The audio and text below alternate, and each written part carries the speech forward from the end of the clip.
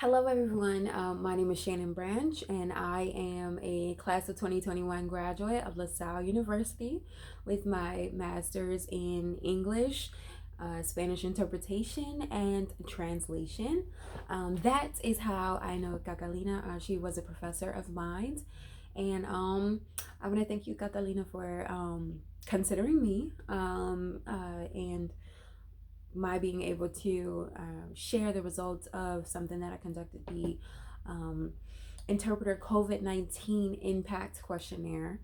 Um, you may not know everyone, but I completed that or conducted that questionnaire as a fulfillment to my um, internship requirement. Originally, I was supposed to participate in the Philadelphia Judicial Court's interpreter shadowing program. However, due to COVID-19, I was not able to do that.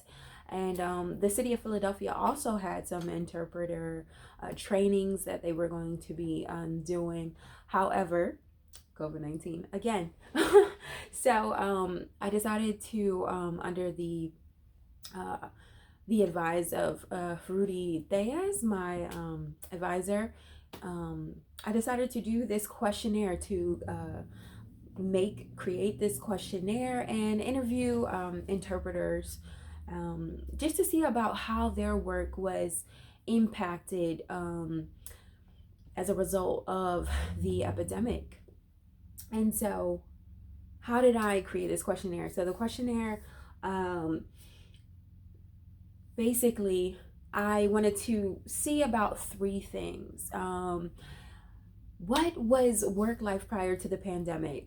Um, how was work impacted by the pandemic? And, what are your professional concerns right now? What skills have you had to learn or implement as a result or consequence of the pandemic, and how do you feel you really need to be supported as an interpreter during these times, in the profession? And so I created a 12 question questionnaire. The beginning questions were just introductory questions, giving me some insight into who I was interviewing, what was their experience. So 27 individuals completed the questionnaire. I, after making it, invited, my friends, different colleagues, professors, to take the questionnaire via, a Google form link. And then I even went on social media, LinkedIn, Instagram, Twitter, and found what I thought were reputable interpreters and invited them, DM them, uh, inviting them to take the questionnaire if they, wanted to do so. And so I got 27 individuals who responded over the course of 3 weeks. So the pandemic hit us in March of 2020. And September, I would say that second week in September, I began to, I issued the first questionnaire link, and then I kept it for about 3 weeks. And so participants were open to submit their responses over that 3 week period. 27 individuals completed the survey. 2/3 of them from the United States, but then the other third from different countries in the world: Peru, Croatia, Dominican Republic, Mexico, and other countries. And I had males and females answer the questionnaire.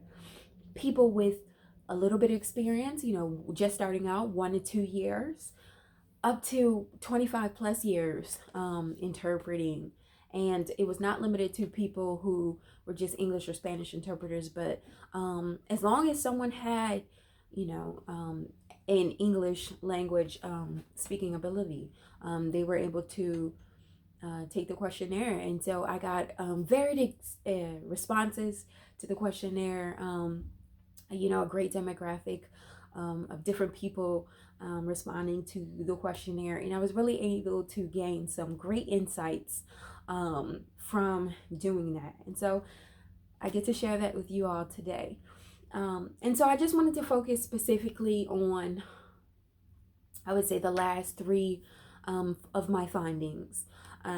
While I did, I was able to, first, to give you some background, I was able to see that prior to the pandemic, work for the interpreter was thriving. I had people who responded and they were freelancers, um, be it doing, legal interpretations, you know, going to court, people who were freelance medical interpreters, um, or conference interpreters, to people who were on staff and contracted somewhere. The same, doing medical interpretation, legal interpretation. Some people were in schools. Some people worked for churches.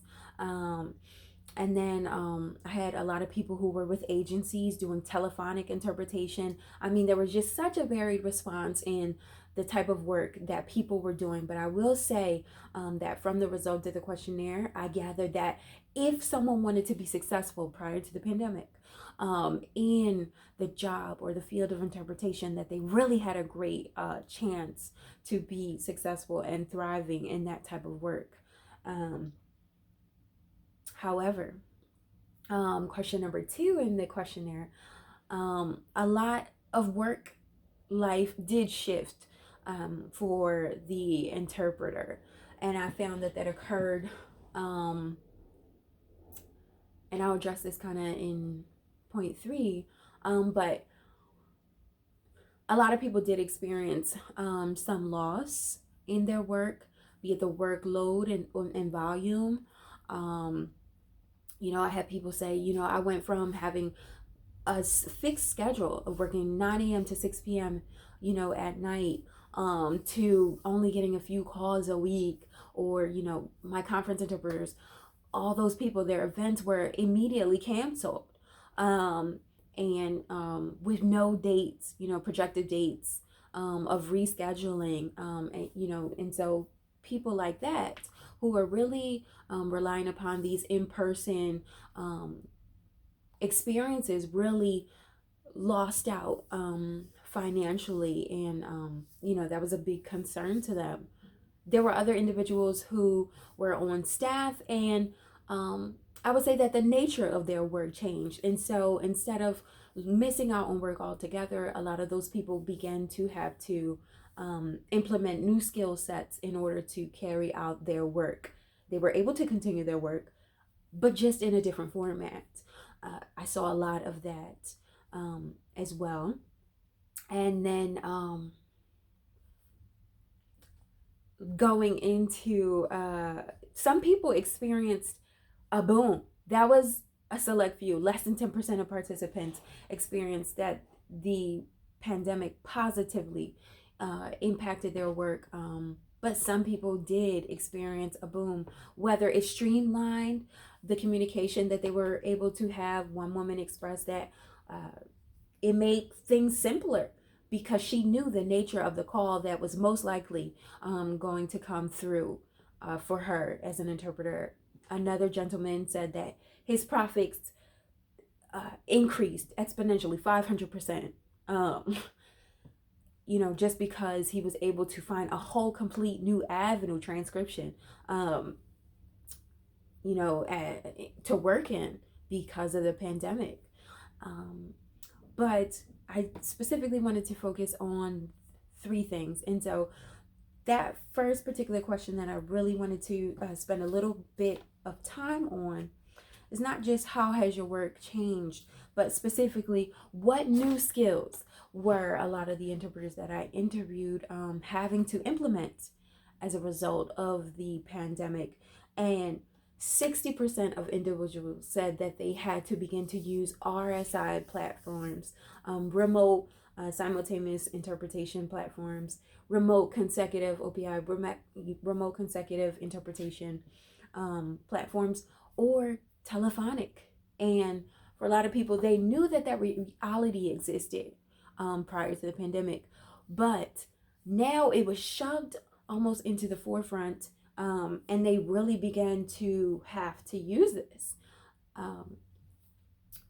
And that was a new skill that a lot of people had to implement. Sometimes, and I will say that it was received with mixed emotions.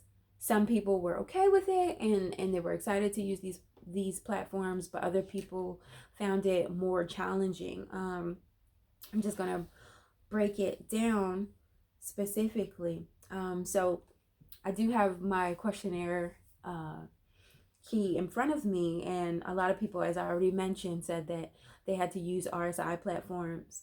Um, Use of RSI platforms. I'm just reading some of the responses here. Remote interpretation platforms. I do enjoy using these platforms. PR and web management. If you were